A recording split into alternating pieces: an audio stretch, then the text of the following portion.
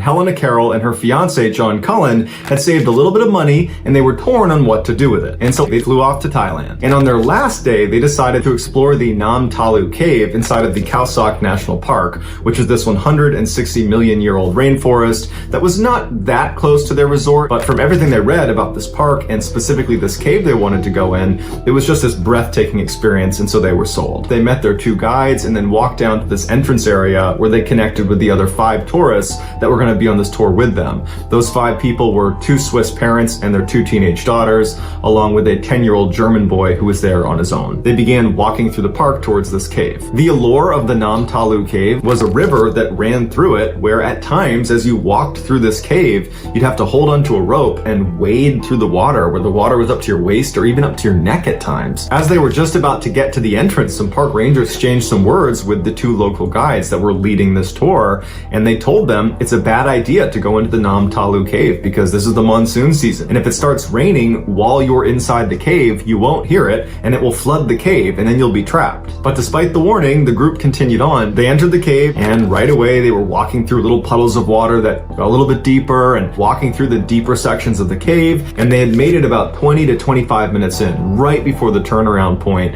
when Helena and John heard what sounded like a rushing or roaring sound coming from the entrance of the cave. And they turned around and they saw this wave of water barreling into the cave, and instinctively John and Helena start climbing up the walls, and luckily there was a ledge where they were, and they managed to scramble up onto this ledge. And Helena would say as soon as she got up there, she turned around to look where she had just been standing, right as this surge of water blasted past them, carrying with it the 2 tour guides and the 10-year-old German boy, who immediately got swept around the corner down the dark tunnel. And then seconds later, the 2 Swiss parents and their teenage daughters, they got swept away around the corner. The couple was now stranded on this ledge with no time to be upset about what they're witnessing, because the water was not only surging past them, it was rising. And so as they're crouched up on this ledge, John eventually says to Helena, "I need to find a way to get us some help." He said to her, "I love you, I have to go." And he jumped into the water, and almost immediately he was pulled under and disappeared.